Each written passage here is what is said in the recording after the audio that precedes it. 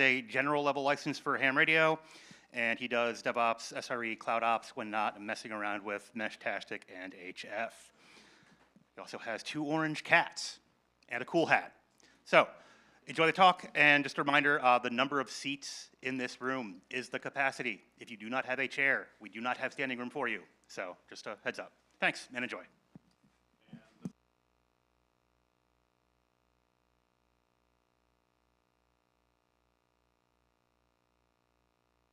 There we go. That's better probably, right? Awesome. Guys, thank you so much for being here, guys and gals. There are some empty seats here, so if you're standing up, the 2 of you, there are some empty seats, they exist, so you can definitely get in here. Let's get started. I think you know what this talk is about. You probably read the description, that's probably why you're here. That timer isn't running, but that's okay. I have another one here. Okay, so I'm Slava. That's my face.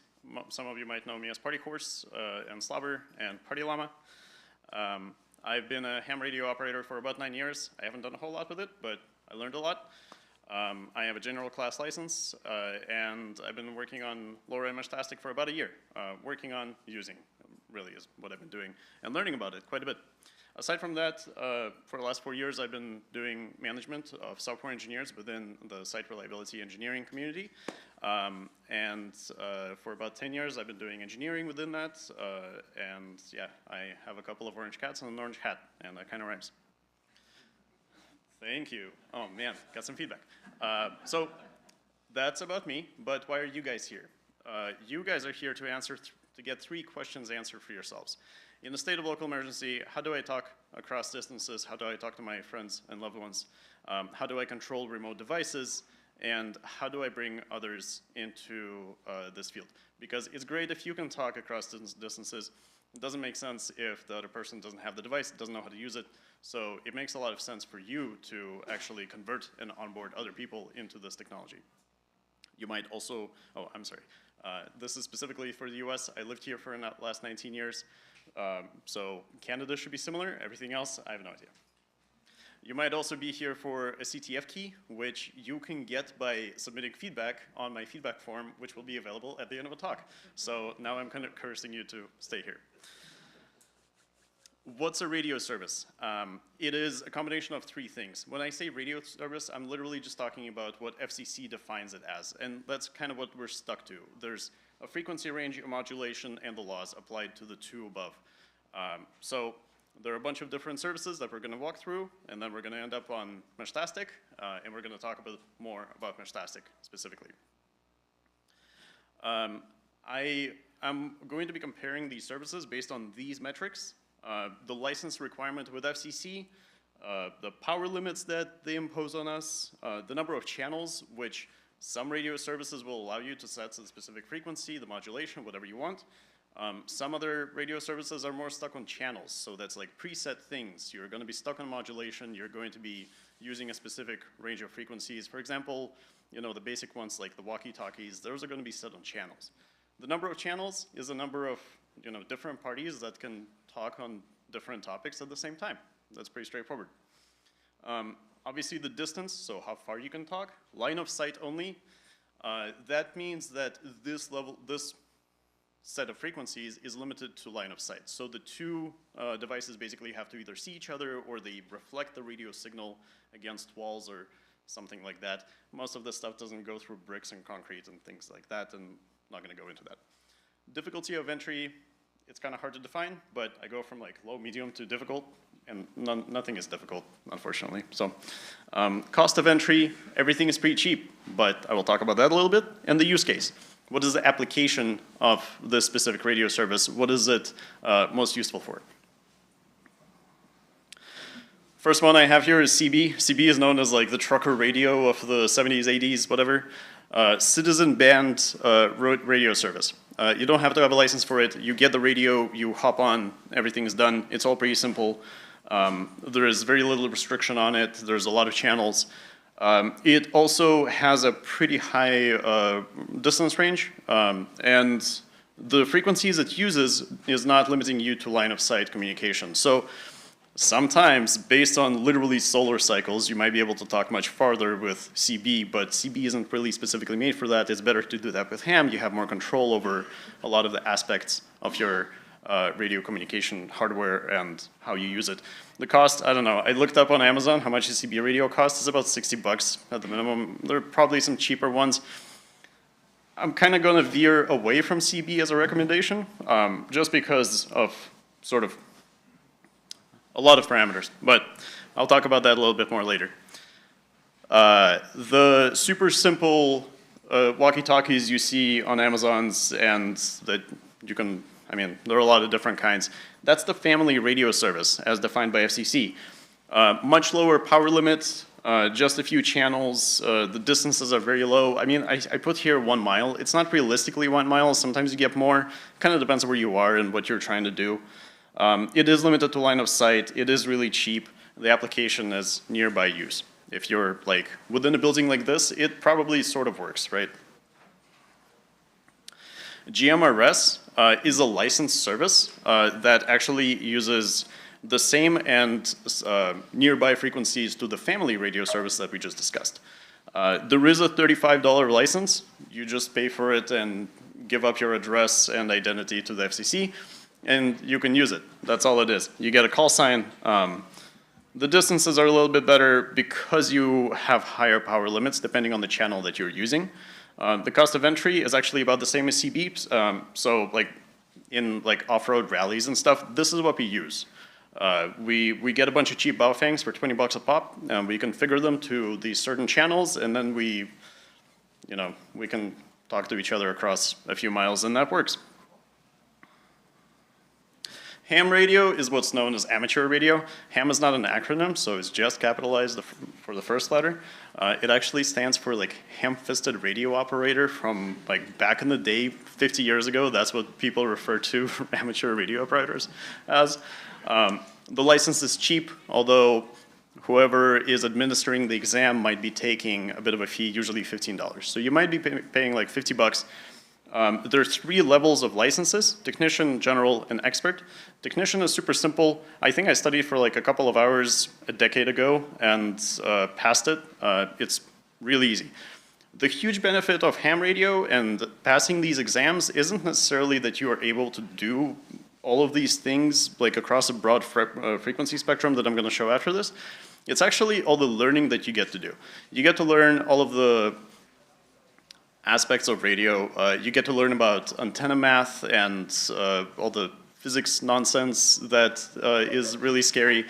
But because of the application and because of the interest, it kind of flows fast, and you figure out what antennas work best for what, and some of the basic physics things that apply.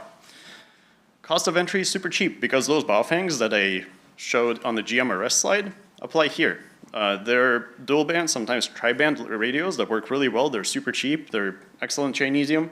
Application, I put down worldwide, and the distance is infinite. That's not completely true, but depending on what spectrum you're using, what frequency, and when you're using it, and also depending on the solar cycle of the sun, you might be able to talk to Russia right now, but realistically, like, it kind of sort of just always depends. The power limits are also very high depending on the frequency and depending on your license class. That's actually meaningful. I put down there on the bottom, complex, not complicated. There's a lot of stuff to ham radio. It's not very complicated.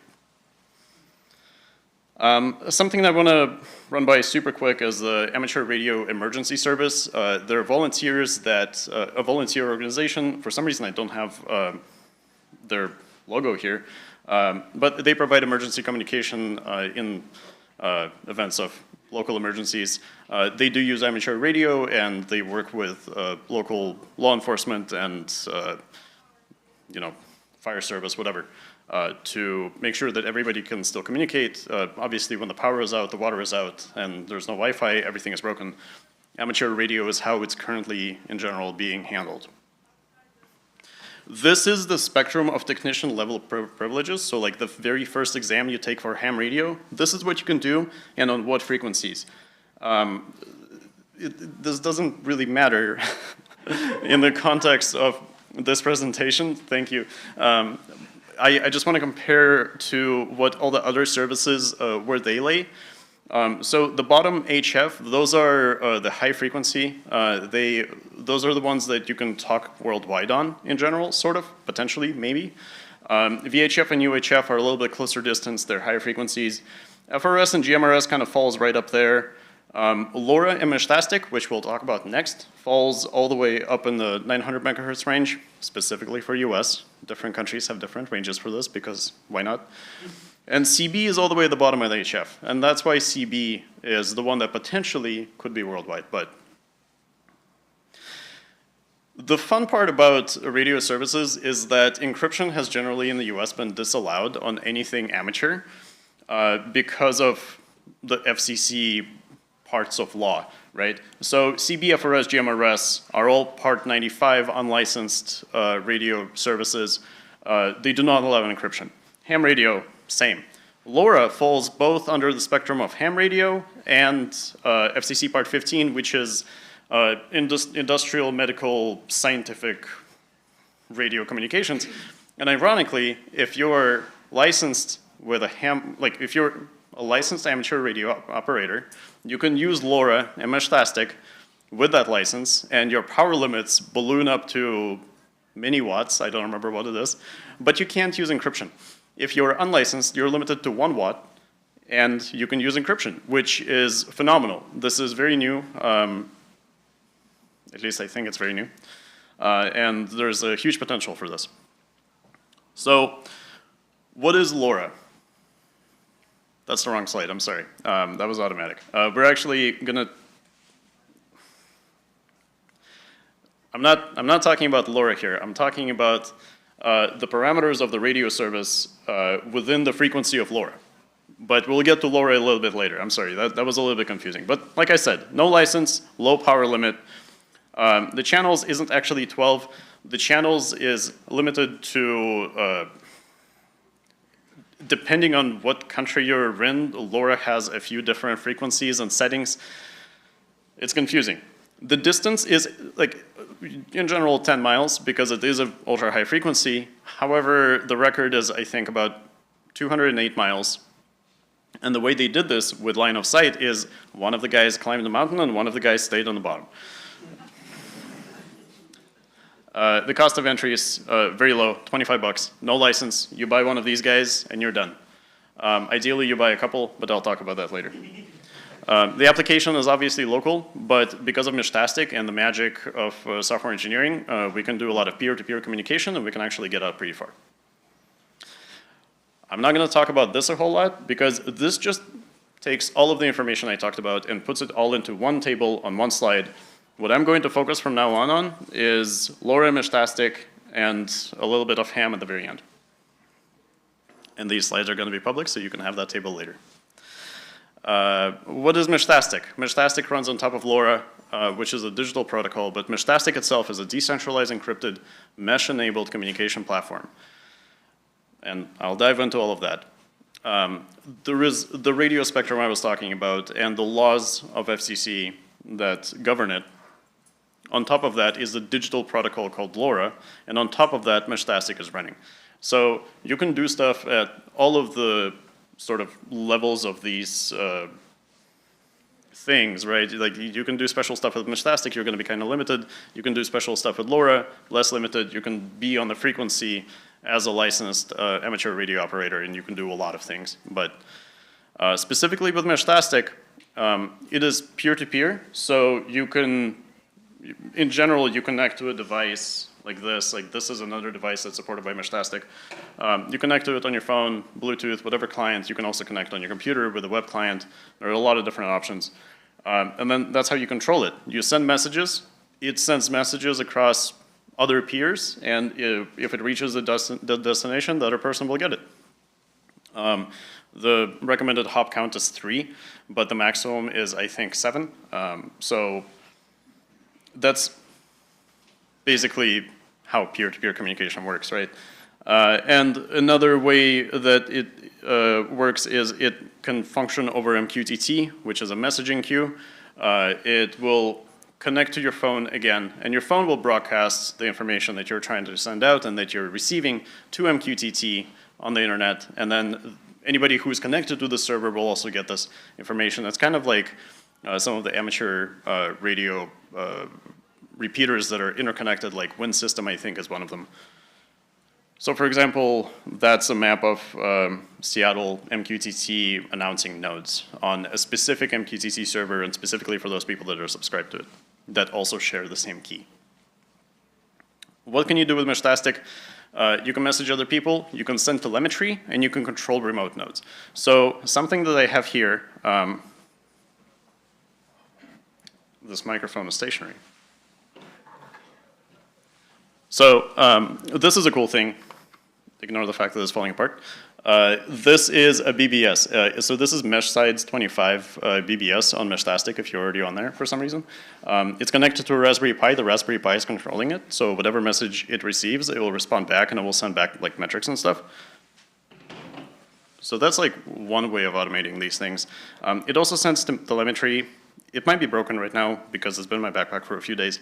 But like things like GPS, temperature, humidity, barometric pressure, there are a lot of supported things within Meshtastic. If you connect the sensor and configure it, it will send it. Obviously, only for the things that are supported with Meshtastic or that you contribute to the code. I'll talk about this guy a little bit too. You can't really see it in the back row, and I apologize, but I can't really lift it up. It's connected to a 12-volt battery. There is a battery that's connected to a flashing light that I believe is an emergency light I found in the trash at some point. It's connected to a relay. The relay is controlled by a Meshtastic node. So theoretically, you could have a Meshtastic node that has encrypted communication with my node, and you can enable or disable this GPIO pin that will enable or disable this light.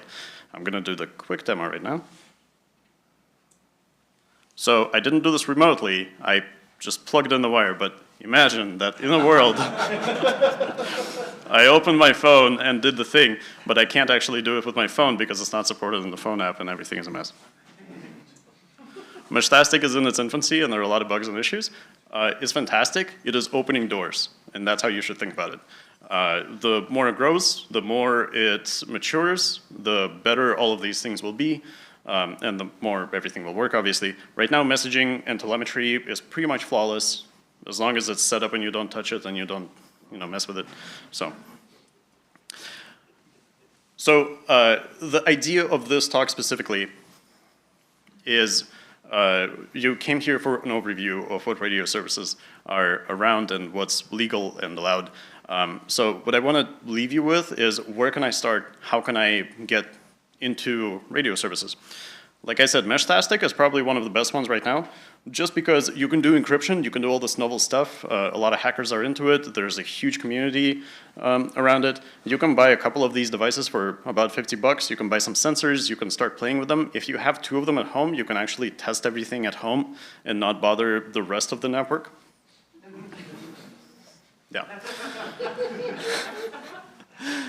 Alternatively, you get one of those Baofangs, you pass the amateur radio exam, which I remind you is super easy and is not a huge commitment, and you experiment with that, and then you get to, you kind of have to talk to other people, so it's a little bit more social. But it's not as innovative, it doesn't allow for as much innovation within that radio service, so you're gonna be stuck to just learning a lot about how radio works, not necessarily building on top of something new and creative. Yeah, getting social is kind of a requirement for both.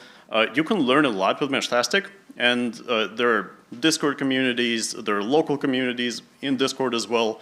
Meshtastic is super active on Discord, by the way, but like so are the local groups, right? And there are a ton of people at this conference who know a lot about Meshtastic. So it's good to get to know people, it makes it fun. And both of these options are about 60 bucks, so it's cheap in some world. Something else I want to leave you with is it's important to use an appropriate antenna. And like I said before, studying for the amateur radio exam is really helpful for this. It teaches you a lot about radio theory. Different types of antennas. I don't know why I put that there. A few links for your consideration. Antenna documentation specifically for Meshtastic, a LoRa propagation talk from 2019 from the Things conference in Bangladesh, I think, that for some reason I had a lot of fun watching, and I thought it was really cool and fun to listen to, so I have it there as well. And like I said before, study for amateur radio. We're slowly running out of time. We have 1 minute left, but I will run through these slides and then we'll have 5 minutes for Q&A. We also built an event firmware that, how disgusting does that look? This is my first node that I bought, and you can tell I soldered and desoldered things on it so many times. It's so sad. But we are currently running a Meshsides channel. By we, I mean me and Ryan. We're going to be running a workshop to onboard folks into Meshtastic tomorrow at 2 p.m. It's sold out. You can't come.